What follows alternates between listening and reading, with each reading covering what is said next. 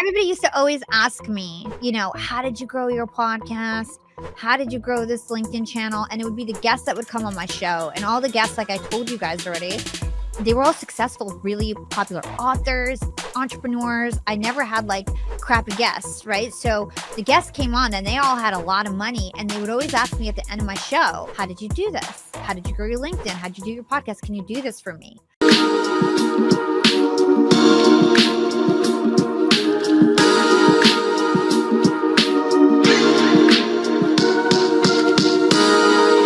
Man, this episode is going to be one for the history books. We have a lot to cover in this episode.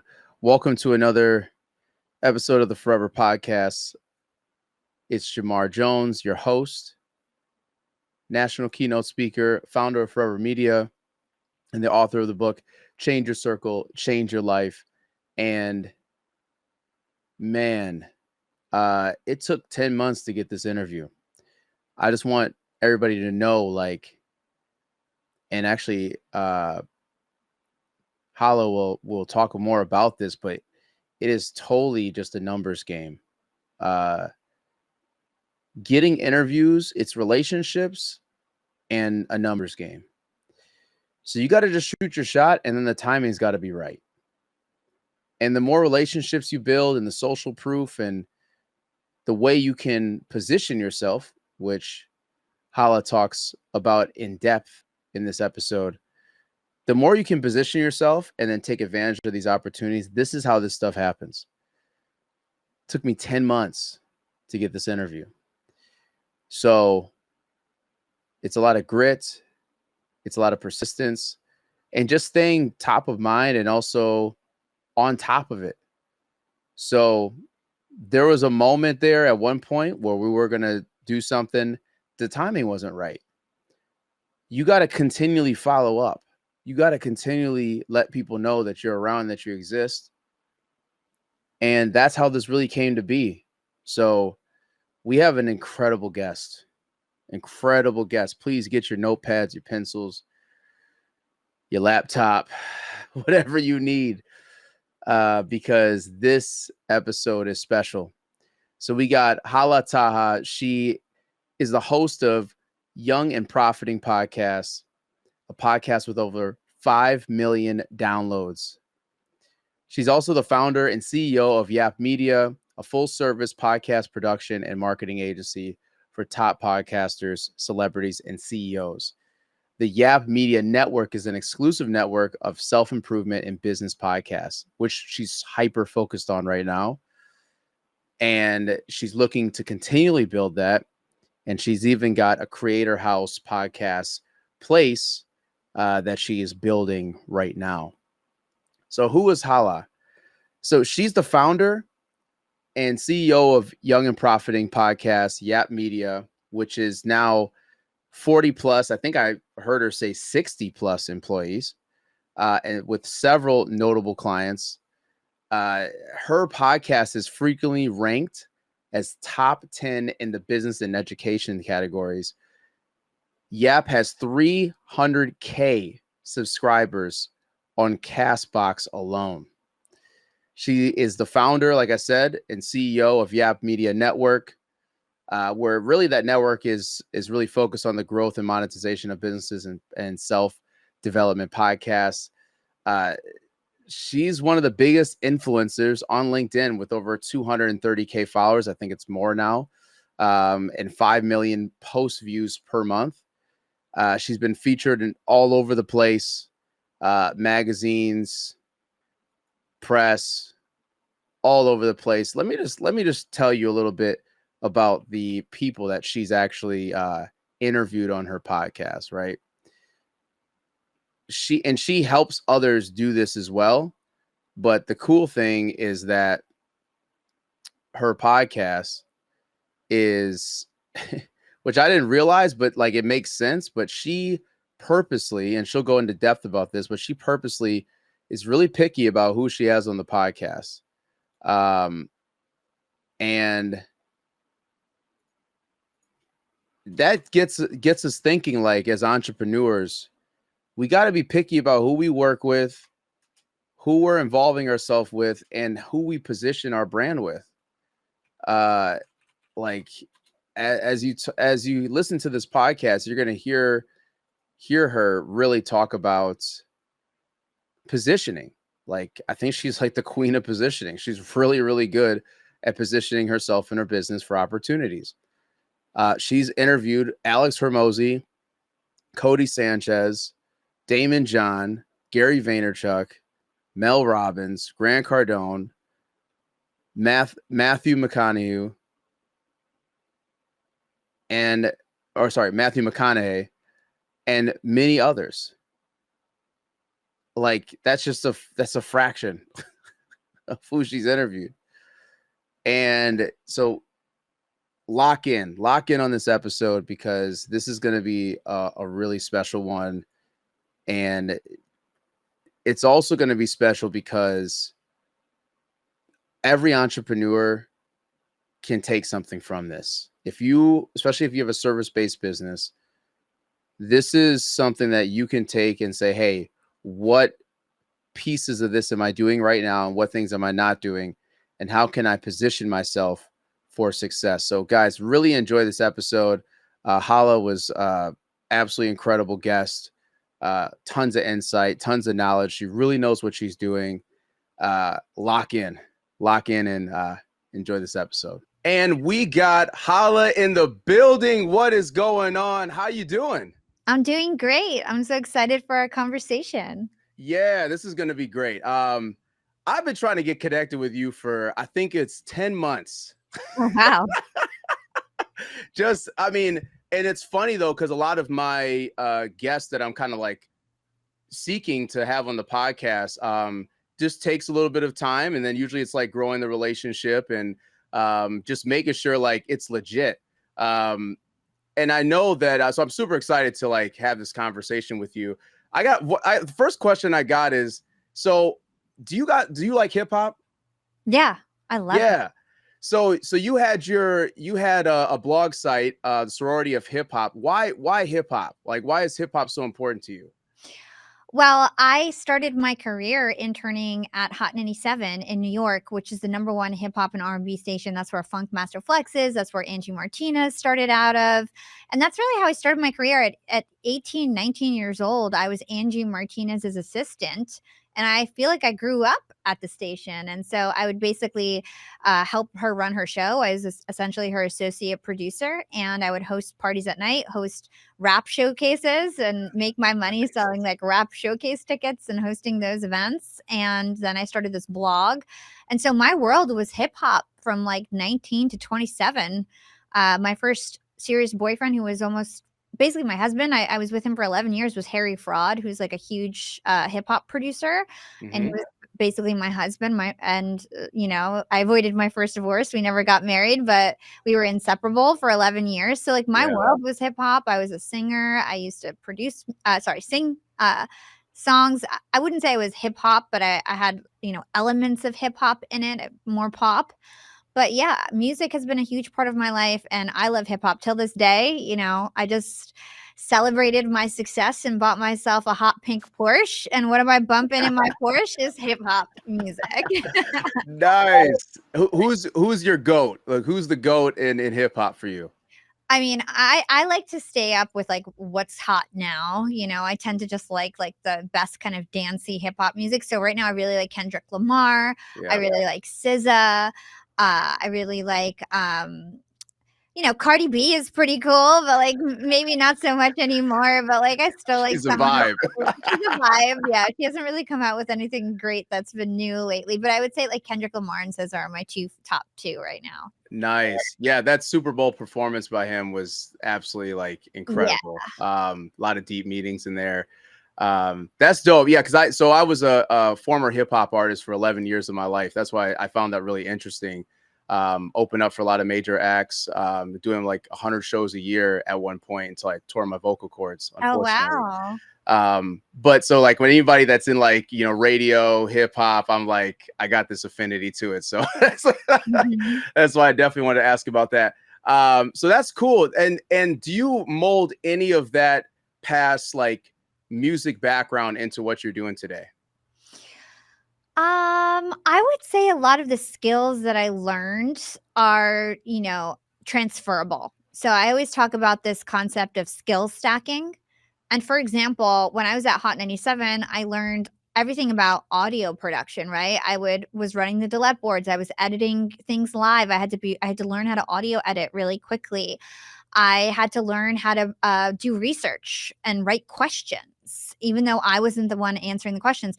I was even reading commercials on air. Now, a huge part of the way that I make money with sponsorships is I read commercials. I've been reading commercials since I was 18 years old at Hot 97. They had me reading commercials, 18, 19 years old. Yeah. So a lot of those skills are transferable to what I do now. Fast forward to the blog era. I was running this blog for 2-3 years. It was a blog business. It was an event business. I also had radio shows on the side. Young and Profiting is actually my 5th show. I had many different music related online radio shows before I even started this podcast. And so I learned more about, promoting a show. I learned about SEO. I learned about graphic design because I had to build this website by myself. I didn't have money to hire a team, right? I learned about recruiting teams and motivating teams. I recruited over 50 girls to blog for me for free during this time period. Jeez. I hacked Twitter, so I learned about social media. This was like 12-ish. Social media was just starting. So it's like I had a lot of like fundamental principles of like how to like hack a social media platform even before the term influencer was created. Yeah. There was no such thing as influencers. And so I created our influence by having 50 girls, 100 girls at a time tweeting the same thing because nobody had reach. Like if you had 5,000 followers, you had a big following back then, Right. So I used our combined reach to become influencers, So a lot of things were like transferable in terms of the experiences that I had. And so I don't really I feel like I've totally transformed my brand. Right now, I'm really known for like entrepreneurship and creator entrepreneurship and being popular on LinkedIn and business. And I've sort of totally did a 360 in terms of my brand. Before I was more of like music, events, and now I'm more business. But the skills underpinning everything are the same. Yeah. It's amazing. I mean, I feel like people that are in the entertainment space and then they get into business have a competitive advantage because the entertainment business is like, it's brutal. Like it's just brutal. I want to talk about, so you've been able to, through your podcast, been able to grow that thing like crazy, interview amazing guests on there. So I wrote a book called Change Your Circle, Change Your Life. And so I feel like you have this beautiful ability to be able to change your circle and meet these influential people to be on your podcast and continually grow your personal brand.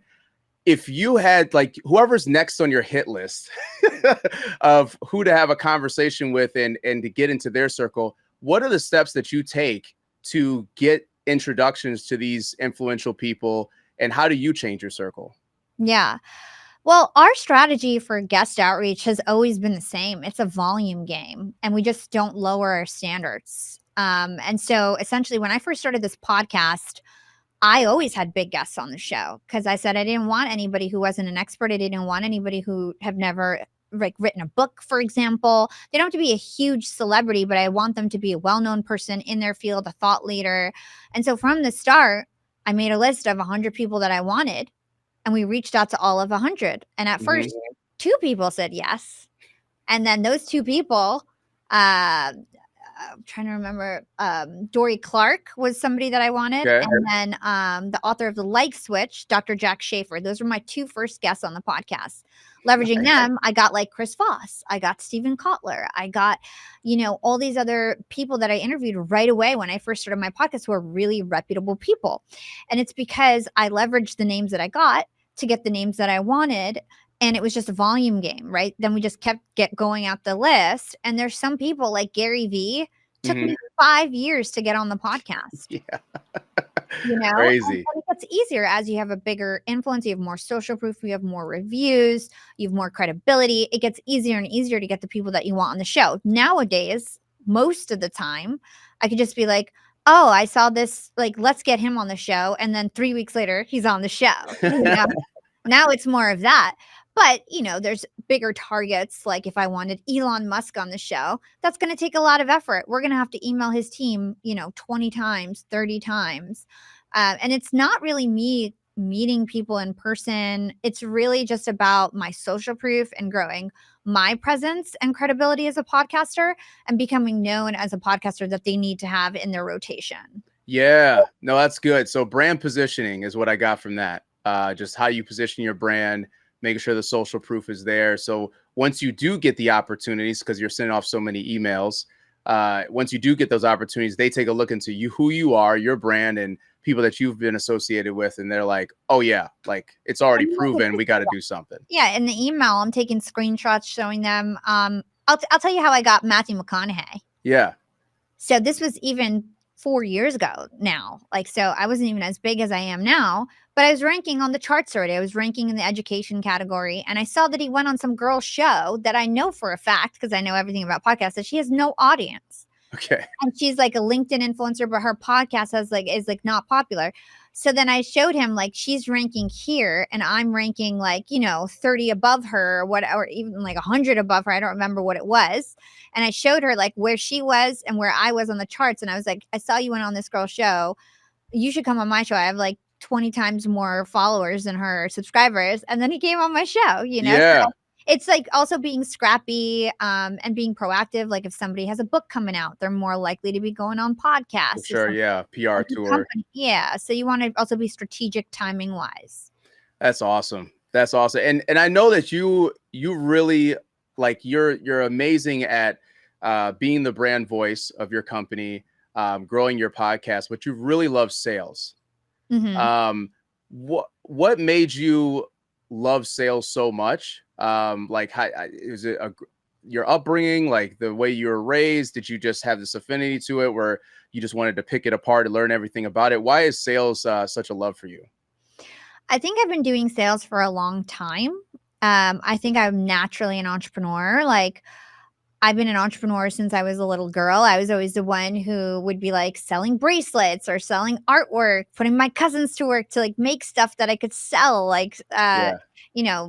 recruiting people at school to not just create like a lemonade stand, but like a slushy stand all summer. Like, I was always the one coming up with schemes to make up money. And it was just really exciting to me. So not only just selling, but like making offers and just being an entrepreneur in general is something that is really natural for me. And so I feel like I really like that. And you know what, sales to me is human behavior. And human behavior is just so interesting to me. Like, how do you can influence people to make decisions? What gets people to buy? And ultimately helping people, because I only sell what I think will really help somebody. And so if I can help someone make more money, for example, or build their personal brand, that feels really good as well. So I just love sales. I feel like it's one of the most interesting kind of professions that you can have or skills that you can have in terms of, especially for entrepreneurs, it's one of the most valuable skills that you can have. Yeah, 100%. I mean, it's the thing that's going to help you grow and scale your business.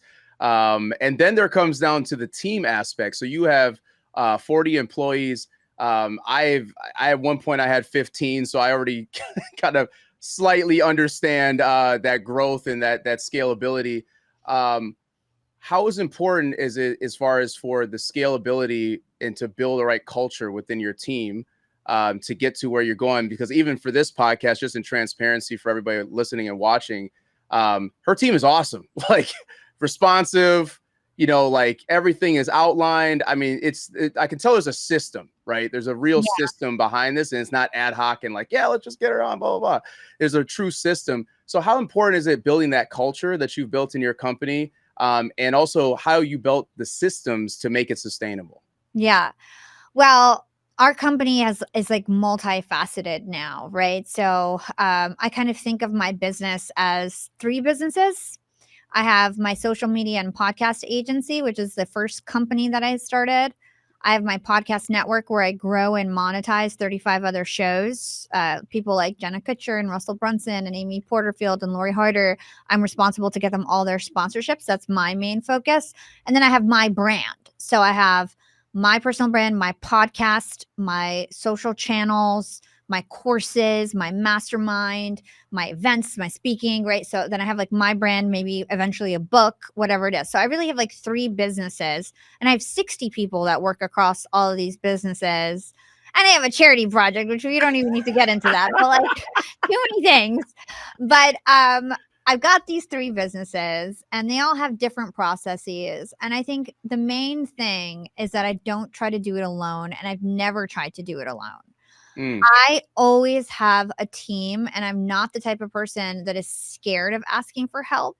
And even getting people on board who are not like extremely senior, and I'm willing to kind of take help no matter what. So like for example, with this podcast, by episode 2, I had 10 people, volunteers. They were fans that found me on LinkedIn who worked for me.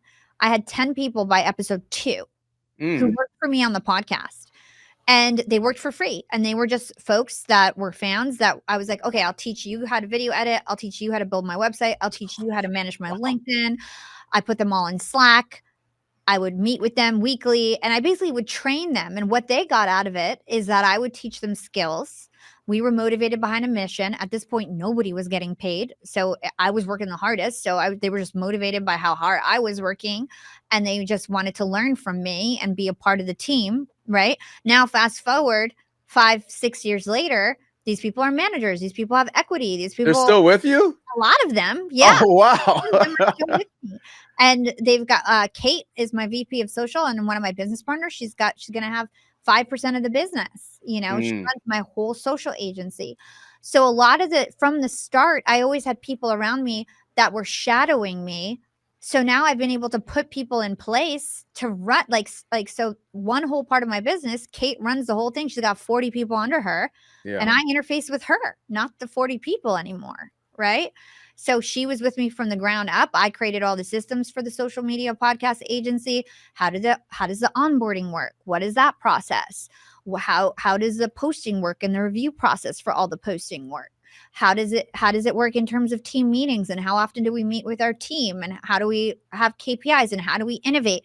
And all these systems I've put in place. Now she's running it. She's a really great manager. I wouldn't say I'm not a great manager, because I don't have enough time to be a great manager. I only have enough time to be a great manager to the managers on my team, not everybody, right? Yeah. So she's one example. Then Jason, who is my other business partner, who runs my production side of the house and helps me with the network. He's a different type of support that I received. That is not somebody who was like an intern under me and kind of like shadowed me until they became my right hand. He had his own company. He was an acquisition hire. So he had his own production agency. He heard me on a podcast, and he was like, hey, Hala, what you're doing with Yap Media, this was maybe like 3-4 years ago. What you're doing with Yap Media is awesome. I really think I can help you level up your production. I have my own production team. So I brought him on as my executive producer. He let go of some clients. And then eventually he did such a great job that I was like, my company's doing way better than yours. Shut down your company and just come run my production team. Now, he's helped me build my network. He's my COO. He's my CFO. He's probably going to be the CEO one day, because if I really want to take things to the next level, I can't be CEO forever. I'm already, I'm more of like the visionary, the CMO, the face, like sort of like Gary Vee of his company, right? I can't think that I can do everything. It's not possible. So I put him in that position, and he's able to kind of run with it, and he's doing an excellent job. And so it's about knowing the things that you lack. Like, I'm not great at finances. I'm amazing at sales and offers. Let me focus on the sales and the offers. Let me focus on the sales, marketing, and the offers. And let me just get the best possible help for everything else. Yeah. The last thing I'll say is that we're not afraid of international talent. I've got I had more US, but we keep getting less and less US hires. We probably only have 11 US hires, including our 3 business like me and Kate and Jason, who are the business partners of Yap Media, and maybe, just like a handful of other US folks. And we're heavily invested in arbitraging talent overseas, and we find that they're better talent. So we maybe have 10 employees in Nigeria, which is like a huge focus of ours, is getting Nigerian talent, because they're so smart, they're so loyal, they can work US hours, and we've seen incredible success with them. India, Philippines. We even got Algeria and things like that. So we are really focused on international talent. And that is helping us because we're more profitable than a lot of the other networks and social agencies because Right. we're not just focused on US talent, and our team is happier, they're hungrier, they're more resourceful, and we just have like such a better culture because people are more thankful for their job at our company. Yeah. So much that I could talk to you about culture. We've got an awesome culture at Yap Media. I don't know if you want me to go deeper on certain things, but No, I mean, honestly, you answered that perfectly. I do want to highlight one thing though. yeah. You had mentioned that you're maybe not the best manager, but your way on how you lead. So even having volunteers, 10 volunteers in the beginning, but to give them the vision of where this is going to go, like they believed in you and the vision enough to volunteer and to say, hey, and to still be there is crazy. Like that threw me, that threw me for a loop. I'm like, they're still there. Not 'Cause everyone, but yeah. there was about 20 people for 2 years who work for free for me, and I would say about like 8 of them are still with us, and it was the most engaged Wow. ones are still there. Yeah. Wow. So you really know how to cast a vision for people to really see where this thing is going to go and We did also what we help said them we lead them. wanted to do. Yeah. When I first started it, they were like, "What do you imagine? We're gonna be the number 1 podcast network." I didn't say self-improvement. I didn't think that clearly, but I was like, "We're gonna be the biggest podcast network." Yeah. So, That's we did it. crazy. That is crazy. And this is good too for everybody listening. Is it's okay to also, you don't have to always hire where you're at. You can look for talent. Even at Forever Media, we have talent all over the place too. And there was a time when I had 15 people that everybody was like in-house, same place, Mm, and I kind of quickly learned that, like, hey, there's other ways to hire. You don't necessarily need to have people right there in the yeah. big fancy office and all that stuff. You can have great talent from all over the place. So that's definitely some golden nuggets for people. And as you're growing and scaling, so who was your first actual hire then? So you had 10 volunteers. Who was the first person you hired? Her name was Kennedy. She Okay. doesn't work at the company more. Actually, a funny story is that I had my first full-time hire before I quit my full-time job at What? Disney. Yeah. I Wow. started this company as a side hustle, Yap Media. And so I started the podcast 2 years. Then I started my social media agency, and that took off right away. Our second client was a billionaire who paid us $30,000 a month. Then we Was got that another. luck? Was that a little bit of luck, No. hustle, and like and grit? I mean, because I mean, it was a little bit of luck, but I yeah, did it again and again and again, where I got like okay, the CEO of Hintwater then paid me $27K a month, and then the CEO of 1-800 Got Junk, similar like big size deal, right? So I got like 3 big ones in a row. And then suddenly I was like, damn, I'm making like 100 grand a month and I'm still working at Disney. You need like, and I'm running this off paid volunteers and like people from the Philippines. And sorry, I'm running this on interns and people from the Philippines. Then I was like, okay, like we're making money. I quickly, as soon as I got the first one, I hired Kennedy as like a yeah, full-time social media manager. Kate was still working at her full-time job, who's one of my business partners. Then I hired yeah. her next. I don't That's even know when I fantastic. officially became like an employee. I don't remember the timeline of that, but yeah, now everyone's paid, of course.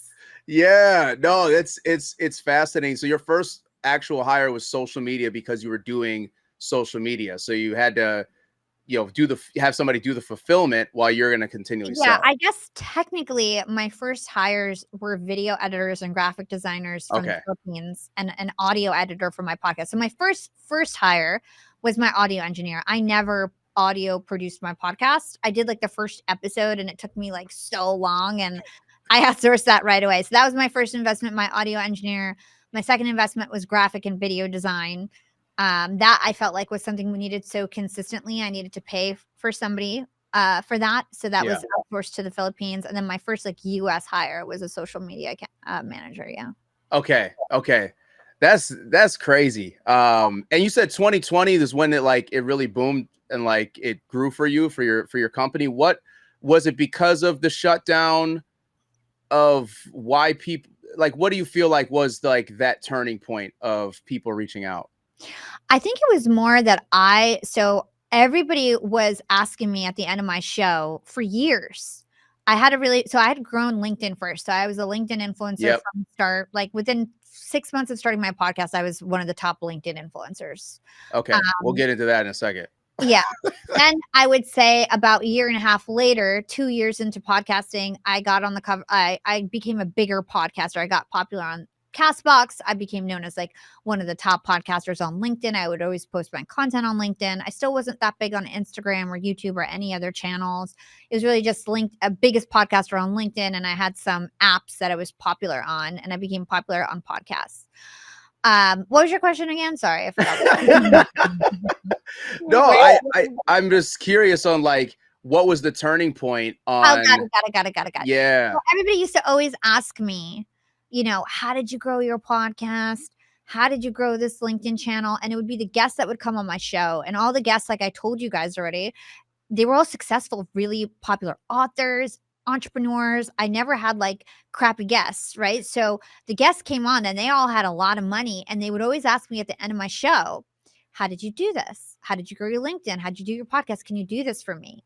And podcasting and stuff was still like pretty new. There wasn't a million podcast agencies. There was definitely social media agencies, but maybe not so many LinkedIn ones. Mhm. And I was doing such a great job. And part of it was because I had this machine. I had 20 people working for me. So we had the best videos. We had the best content. We were so professional. The team that you liaisoned with for guest outreach, same team that was running me back then, right? So that's why they're so polished. They're so awesome. And so they just had such a great experience. And I would always say, oh, sorry, this is just a hobby. I have a full-time job at Disney. I get paid a lot. This is just for fun. This is just a hobby. Because even though I said I wanted to be a podcast network, I truly didn't believe it. Like in my heart, I was like, this is just a hobby. This is for me, like to get my passion out. And I wasn't ready really to do anything else with it. And I just thought I was going to be in corporate forever. I was already sort of a failed entrepreneur with the blog, and I had a lot of like holding on to like that failure. Like, I don't know if I can really become an entrepreneur again.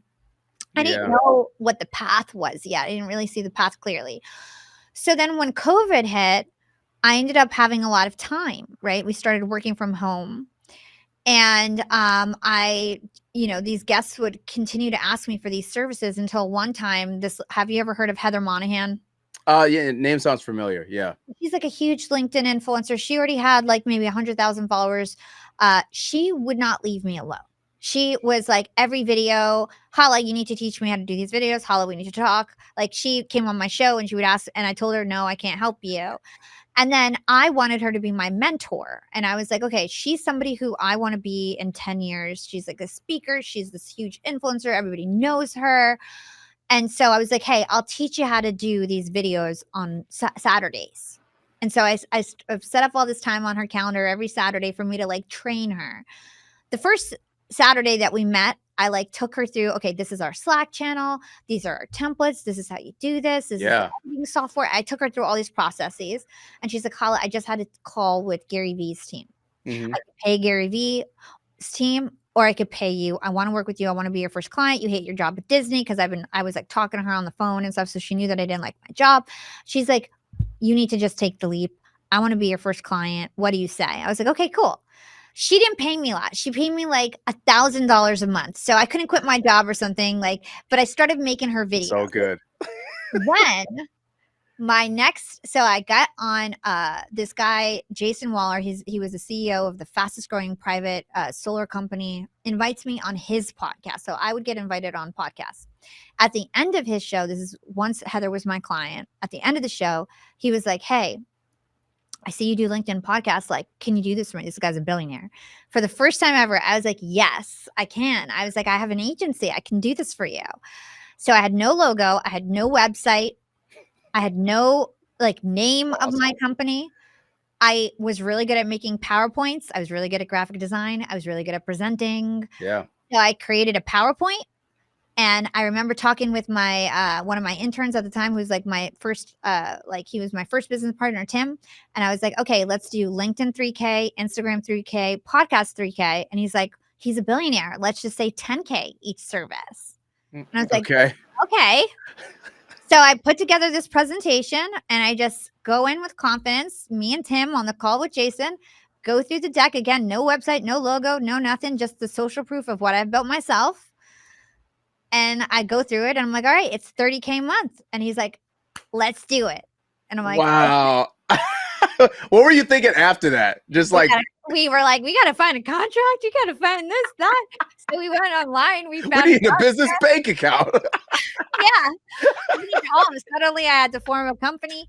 So we did it. And it was our first client. And then again, I told you we got like client after client after client, and everything just scaled so quickly because I had all this like built up demand from just building my brand for so long and never selling to anyone. So suddenly everybody was like, oh man, I want to sign up with Hala. And COVID hit. Anybody who had money knew that they had to be online. So if they weren't online, they were looking for the right person. And I was kind of seen, I guess, maybe as this like golden child that like knew like how to blow up LinkedIn and podcasts. And so I got all the clients, and I did a really, really great job for them too. Like I really crushed it for all of my clients. Oh my God, there's so much to unpack there. And when you were first working with the influencer that you wanted to have be a mentor, you did that for free, right? Those Saturdays? Yeah. I just totally did that for free.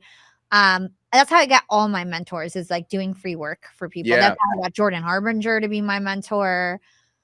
Who's Yeah, like, that's amazing. That's amazing. There's just so much to unpack because, and I would say everybody, please rewind that of that story that she just told, because first you gotta present value to people, and that people oftentimes, because I have this knack of being able to change my circle again and again, and to meet influential people and to be connected, and then they're like, dude, Jamar, how are you doing all this stuff? First is about providing value up front, and it's not always money all the time. Sometimes it is like you might have something that can be beneficial to somebody else, and that was in the case of for you. But also at the same time, you are building your brand on LinkedIn and growing that and treating yourself as you were a client. And I think every business, especially small businesses, need to hear that, because there's a lot of social media agencies out there, and I'm sure you know where I'm going with this, that their socials suck.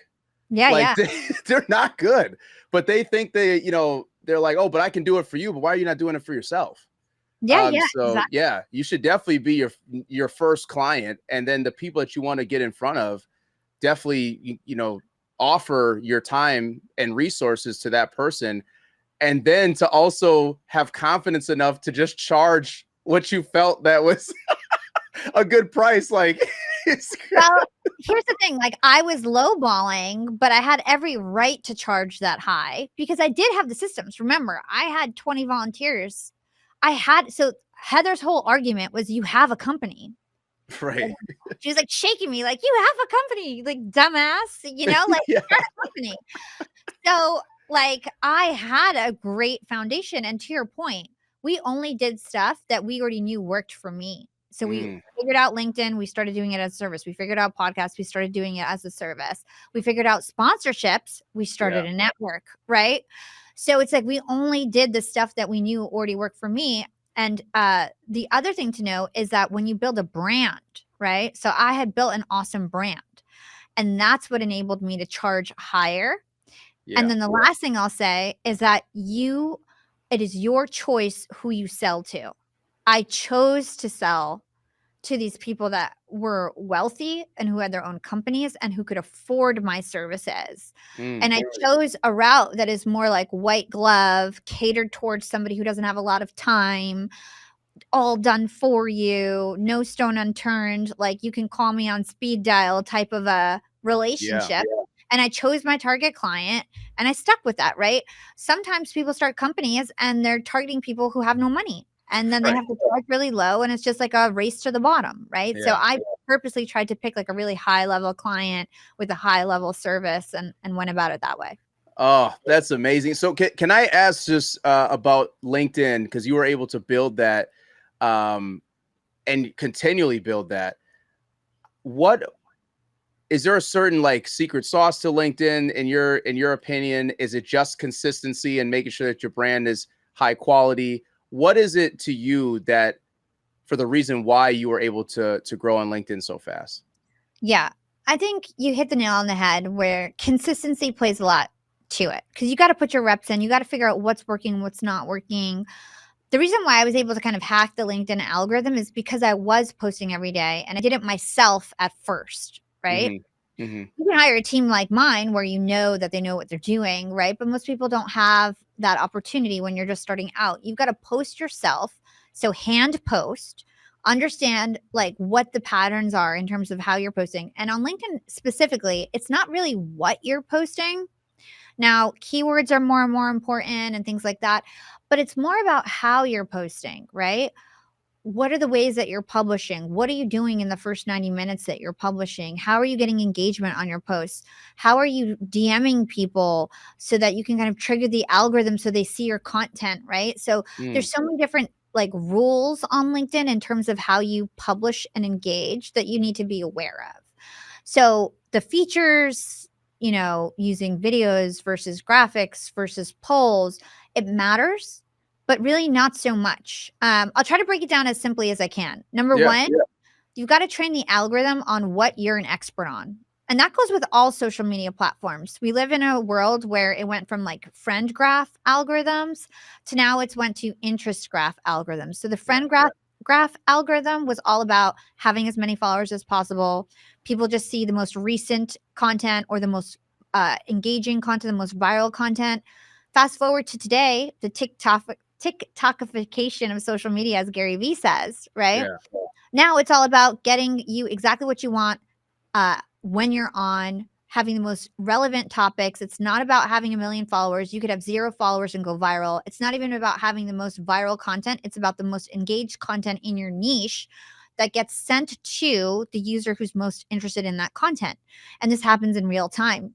You guys know when you're scrolling on Reels, if you like look at a dance video for too long, suddenly your next 3 videos are dance videos, right? Right. So this is all happening instantly, and it's enabling people who don't even have a lot of followers to crush it on social media.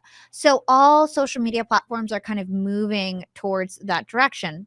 So on LinkedIn, what that means is you need to train the algorithm on what you're an expert on. So that means having keywords in your profile that match the keywords in your post.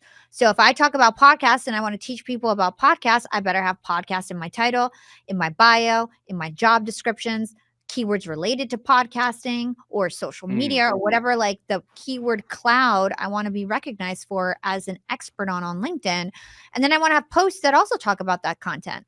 And then I want to have really meaningful content that gets engagement, that gets high viral action, so long comments or shares, so that the algorithm knows that I get engagement on this content and they send it to more users who want to see content like that, right? So there's like certain things that you need to understand in terms of like what to post. Like I mentioned, being an expert and then having keywords in your posts that line up to your expertise. That's number one. And then number two is the publishing and engagement strategies. So in the first 90 minutes on LinkedIn, it's really important to have a velocity of engagement. So that means you need to be an active member of the community. You need to be DMing your first connections. When you DM somebody and they DM you back, they're 85% more likely to see your content the next time they log on. So you need to like reinvigorate your first connections all the time so they see your stuff, so that when you post things up, they reciprocate, they comment, they like, they actually see your content.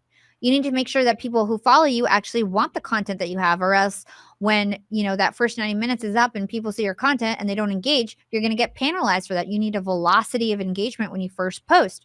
You can even join engagement pods, which are not against terms of service, to try to get likes and comments from your first connections as soon as you post. You need to be a good member of the community and post on other people's stuff so that you're just like part of this world where you guys are feeding each other, right? Yeah. So it's really important to know how to publish, and you can kind of artificially do that through engagement pods, not automation. I'm not talking about bots. I'm talking about real people, but you can kind of set yourself up for success strategically being in an engagement pod, and also just being a good member of the community is going to help you get more traction. That's awesome. That's awesome. So many like tactical, like actionable steps that you just gave to grow on LinkedIn. And most of the times it's just people just being consistent first. I always tell people like, just start, like just get on a good cadence. And then you can start to kind of be a scientist about it and go down there. But yes, to do all those things, like that's how you're going to grow fast and grow quickly and get into the algorithm. And who told you that content was important? Like, why was that such a priority for you when you started to like hone that in, even for yourself? You mean like how did I first feel like I needed to post on social media? Yeah, like I mean, you had 10 people, helping you grow your podcast, helping you grow your social. Why did you feel like, oh, I'm doubling down on this? To be honest, my main goal was always just to help people. Mm. I didn't even have a monetary goal, which is why when people ask me for me to be in my for me to be their agency, I said no all the time. Right. Because all I wanted to do, I was I happy. don't want your money. I was just happy, just growing this movement and like having this podcast and interviewing awesome people and kind of sharing the information and just being positive and helping other people. Like that's what really motivated me. What motivates me is like building a team and helping my team and then helping other people online. And so for me, it was all about just like having positivity. I mean, like maybe like deep down inside, I wanted to like have a brand and like be like, I've always been very like, outspoken and like to be like the lead in the play and stuff like that. So I always like to be like center stage. That's like who I am naturally. But that's not what I was thinking about. I was thinking about helping people and like kind of there was like a big void in helping young people in business at the time. Like it was really innovative for me to come out with a business podcast as like a young lady in 2018. It's like now everybody has a podcast, but when I did it, it was really new. Like people were like, what are you doing? Like, what is this? And it just in itself of just helping people and kind of coming out with this new concept of podcasts was really cool and just motivated me itself. That's awesome. That's awesome. Just truly wanting to help people. And you're like, hey, content, this might be an avenue for me to do that is absolutely incredible. So for on the sales side of your business, what's one killer closing line that you can share with us? Like when you close these big like sponsorships or brand deals, maybe big agency accounts, what's one line that really, or maybe it could be a couple of lines, but something that's like going to really close somebody to move forward for business? I'll just give you my approach of like how I close awesome deals, right? Perfect. It's being the best and the most knowledgeable about what I'm talking about. So it really is me, like, let's say I'll go over like a few different examples. So let's say it's me trying to close an agency lead and they want to do LinkedIn and podcasts. I'm going to go over our services, but throughout the whole conversation, I'm going to be dropping gem after gem after gem of like, this is why we do our strategy. This is why it works. Here's the data behind it. Here's a case study of how we 3x somebody's, impressions on social media. And I'm just like where they leave it being like, there's no way that I could replicate what this girl has built. I want to work with her. So like most of my sales success is just off the strength of me being so much more knowledgeable and like just knocking the socks off people in terms of like they're being impressed with like my knowledge. Right. And I feel like that is my core strategy. The other strategy that I have is just like making sure that in the beginning of the conversation, so I always have like really nice sales decks. And in the beginning of the conversation, before I even put up a presentation, I'm always trying to understand like their core problem. Like, hey, I'm trying to filter out, like, are they even a good fit for me? And I'm not afraid to actually say like, you're not a good fit for us, but I know so-and-so who is. Because I always want my reputation to be like killer and I want to always do the best job. So I don't want to actually have somebody who can't afford my services or who doesn't have an offer yet for my social agency and so on. So I'm like, okay, like, what is the problem? What wasn't working before? Okay. What are you hoping to achieve now? What are your goals? How do you make money? Where are you driving ROI? And this is so important to do on a sales call before you just jump into your solution. Because if you don't make it about them from the beginning, the whole time they're going to be like, why does this person think they can help me? They didn't even ask me about my business. People want to talk about themselves, right? Yeah. And they want to make sure that you understand their problem and you know exactly how to solve it. So once I know, like, okay, these are all their problems. This is what didn't work before. This is how they make money. Now I can use all of that information and customize the way that I go over this presentation in a way that addresses every single concern that they had organically throughout this presentation, as if this is what I was going to say the whole time anyway. But I kind of like tailor the things that I kind of hone in on based on the problems that they had or the things that they want to solve. So good. Yeah. So that's really important. Another thing is that we tend to scare them on the price a little bit. So I tell them up front on my discovery call conversations, we don't tell them the price on the call. I'll just, if I feel like I know them and they've got money and it's not a big deal, I'll be like, yeah, it's $10K a month for LinkedIn. If you want a bundle, we have to like sit and price it. But most of the time we're like, I just want to warn you, like, we're really expensive. They're the best. I stand up a dedicated team. You're going to have 5 people. That's your extended marketing team. Like, we're not cheap. I'm just warning you. But anyway, we're going to go and like try to give you the best pricing. You wanted all these different things. There's some cost savings involved from bundling these services. We'll get back to you on the price, blah, blah, blah. Then I email them the price and I basically scare them so that they're thinking it's worse than it's even going to be. And then, they're like kind of level set once they actually get the price. Okay. So that's something that we do, is that we always kind of make sure that they know that we're expensive before we give them the price. That way they're not like shocked. And if anything, they're less shocked. Yeah. They're expecting worse. So that's one thing. And then the other thing is sometimes you have these calls that go amazing and people are like, yep, ready to sign, even after the price, ready to sign, ready to go, blah, blah, blah. And then they ghost you. Yeah. It's happened to everybody. Now, my favorite thing to do is to just, and Chris Voss taught me this, is to just approach them with like a no-oriented question. So I never feel needy. I never sound needy. There's a couple things I want to talk to you guys about closing. So you never want to sound needy. So something that I do is we always have one spot left. We always have a wait list. Even if we don't, we always have a wait list. We always have one spot left. We have availability starting in 2 weeks. I never want anybody to feel like I'm desperate, because I'm not. I'm not desperate for any sort of client, right? So never ever want to sound desperate, like you've got so many spots you want to sign right now. Everything can be like, yeah, whatever, take your time, With any sort of contract that gets sent out, you want to call it an agreement. Yeah. So you don't want anybody to get scared of the word contract. You want to call it an agreement. That's how you send your agreement. And you give it an expiration date. Hey, like, we've got a lot of clients. Just FYI, if you don't sign by this date, it expires. Yeah. Right? So every agreement needs to have an expiration date. A lot of people don't do that, right? So you want to have an expiration date so they feel like there's some sort of timeline. But let's say they ghost you in the process. It's 2 days before it's expiring. You want to just reach out with a no-oriented question like, hey, hey, what's up? Hope you're well. Are you no longer interested in LinkedIn services? Just flat out ask them. And not like, I just want to say this, and this is why we're so good, and this is what, no.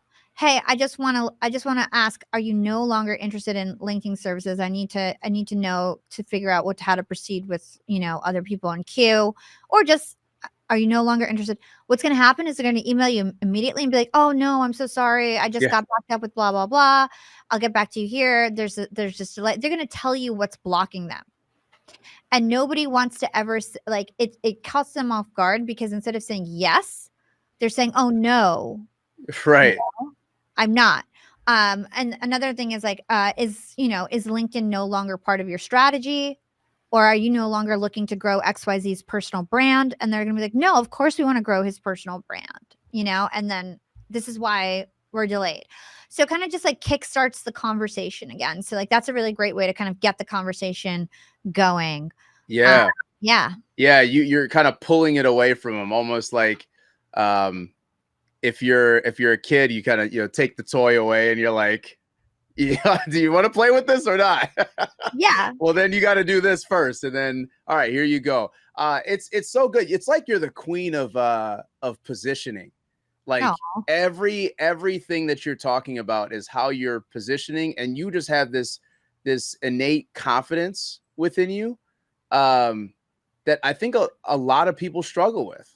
A lot of people struggle with being confident in their own actions. You started at the beginning of this podcast with saying, like, if you believe in your services, that you really actually can help people, well, then selling is easy, because you know that you could help somebody. If you're still trying to figure it out, then it's going to be really hard for you to sell people. And it's going to be hard to be confident in that. I mean, the position that you had, from the type of people on your podcast to how you're selling, to how you position your agency, to how you position your brand, like everything is how you position yourself. I think it's such a really good takeaway for people, because people are just kind of like doing stuff, like, Yeah. and they don't think about like, well, what's my line in the sand? Like, what am I not okay with? Who do I not want to work with? They need to ask these questions. And I think this is a great reminder. And I just want to say this really quick for all the audience. Like, Hala has tons of like webinars and stuff for free, like on her YouTube page, like tons. So you guys can go binge watch it. Like she goes really deep into this stuff. But this is so good. It's a really good reminder. What's your next? So talking about positioning, what's next for you? I know the podcast network is a really big focus. What's your next like big position play? Like, what are you doing next? Yeah. Well, I'm really focused on growing my network. So I have the Yap Media Podcast Network. We're the #1 business and self-improvement podcast network. I have about 35 shows. And my main thing is like recruiting as big podcasters as I can. I just moved out to Austin. So I'm officially in Austin. Oh, you're in New York. Yeah, I moved to Austin. Oh. So I moved. Where are you based? I'm in Richmond. I was in Milwaukee, Wisconsin. Okay. Immerse yourself in a place where bold ideas are sought after, where all are encouraged to bring their personal flourish. Here, innovation is a way of life. In this city, the beat flows. Together, we're dancing to the rhythm. Forward. Now, it's your turn to grab hold of that energy. What you'll remember, not just the meals, the celebrations, or the uncommon coast. What you'll remember is how we made you feel. Come experience Milwaukee, where fresh meets fearless every day. I'm in Richmond, but I have now met in the past 3 days like 5 to 6 different people from Austin now that live in Austin. I'm like, I got to go to Austin. I got to go. I love Austin. So I just moved out here in like February. We're building like a creator compound. So essentially a creator house and studios. I'm in like a temporary studio right now. So we're building like studios and like a headquarters. Basically, I'll live on one side. The other side will be like a creator house and studio. So very excited about that. And it will help us recruit podcasters and things like that. So yeah, that's my main focus. I gotta focus. That's the name of the game. I can't spread myself thin. I already have a lot going on. There even might be an avenue where I shut down parts of my business so that I can laser focus on everything I need to do with my podcast and my network. Or as I was saying before, maybe I step down as CEO so that I can focus on what I need to focus on. Perhaps a book in the future. Everybody keeps asking me to write a book, but again, no time yet to do that. I feel like it's not on the roadmap quite yet. Given and how often are you speaking? Are you doing a lot of speaking as well? I'm speaking pretty often. The last one that I did was I spoke at Funnel Hacking Live, which was awesome. So Tony Robbins, it's Russell Brunson's event. Yep. It was like 6,000, 7,000 people. So that was sick. Incredible. I did it all about podcast monetization. Oh, that's awesome. That's awesome. So I always close out the podcast with asking this just a fun question. What's your top 5 favorite movies of all time? Oh God, I'm the worst at this. Really? I have this question. Are you not really an avid like movie watcher like that? So I love movies, but I am not good at remembering names for the life of me. So like, I asked the one question. I'm so bad at this kind of stuff. Like I'm really bad at this stuff. I'll try to do it. Like Wedding Singer, 10 Things. All of them are going to be old because I only remember old movie names. 10 Things I Hate About You. Okay. Welcome to the Dollhouse. These are all like old movies from when I was like 13. Fear, right? I only remember the old movies. I'm trying to remember I can't remember. I'm just terrible. It's so funny. I asked the one question that you're like, I don't remember movies. I watch movies as like dates, but ask me anything about this is one lesson that I want to teach your listeners because you were saying positioning, all this stuff. I just talked to Cal Newport, who's like this big productivity guru. That I was why I was late to your interview actually is because I was talking to Cal Newport, and his main thing, and I totally align to it, is that like you need to understand that like to gain expertise and like success, like it's slow. Okay. I've been in this world now for like 15 plus years doing the same thing. Social media broadcasting, and different, it's evolved, right? It was radio, then online radio, then it was blog, then it was the podcast, then it was LinkedIn, but it's all the same shit. Right? I was doing the same thing every day, obsessed with it every day, putting in work, focus, putting in work, focus, putting in work, focus, training other people. So I learned it even better because I'm training other people and just getting the reps. And I focused on this skill that now I have. And it was because I said no to other things like watching a million movies or watching every TV show or like I watch movies as a date and I don't do it by myself. I have been in Austin for 5 months. I don't even know how to turn the TV on in our Airbnb. I never turned it on. Wow. Just And it's locked in. Because it's like I have relationships. I love to work out and I have a company and I have a podcast. I don't have time to like, you've got to say no to something if you want to be the best in the world at something. And I consider myself to be the best in the world at knowing how to grow and monetize podcasts and LinkedIn as well, knowing how to rock LinkedIn. Those are the two things that I'm the best in the world at. I feel like are top 10 in the world, right? Yeah. If you want to be in the best in the world, you've got to say no to a lot of things. And so for me, my brain, I don't want to learn. I don't want to memorize actors and actresses and movies. I don't give a shit about that. Right. That's not going to make me money. That's not going to grow my team. That's not going to get me to $100 million in revenue, right? So I'm sorry I don't have an answer to your question. No, it's 13-year-old Hala. Yeah. No, it's fantastic. I mean, I kind of had the same thing because, like, you know, with movies, I do remember the name, but I don't know a lot of actors. So, like, when people start, if I'm in social circles and they start talking about movies and actors, there's only I can only go so far in the conversation that I'm kind of like industry. If you're a movie producer, director, or actor, sure, know everything about that. But if you're not, what are you wasting your time for learning about people who don't give a shit about you? Right. You know? Facts. Oh, I love that. Where can people get connected to you? How can they reach out? Yeah. So if you want to listen to the podcast, I highly recommend it. I love my podcast so much. It's my baby. So Young and Profiting on YouTube, Apple, Spotify, wherever you listen to the show or wherever you listen to your podcast, you can find us. If you want to find out about LinkedIn, I have a masterclass that we're doing. I only do it one time a year now, a live one.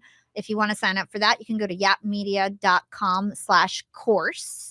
I'm also releasing a new podcast course that I've never done that before. I'm releasing a growth and monetization course, hopefully in like August or September. So working on that now. So excited about that. Yapmedia.com for all the agency stuff. And yeah, you can find me pretty easily, I think. Oh, that's sweet. Thank you so much for your time. Everybody listening, watching, please like, comment, subscribe to the podcast. I could have asked 1,000 more questions, but I know Hala is super busy. Want to be respectful of her time.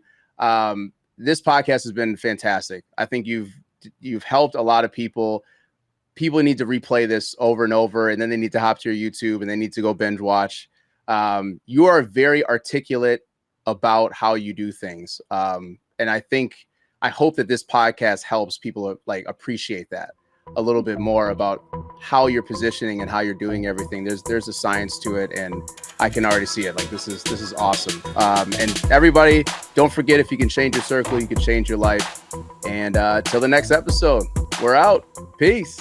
Don't forget to like, comment, and subscribe. And don't forget to hit that notification bell for more amazing content that we're going to be putting out. And don't forget, you can change your circle to change your life.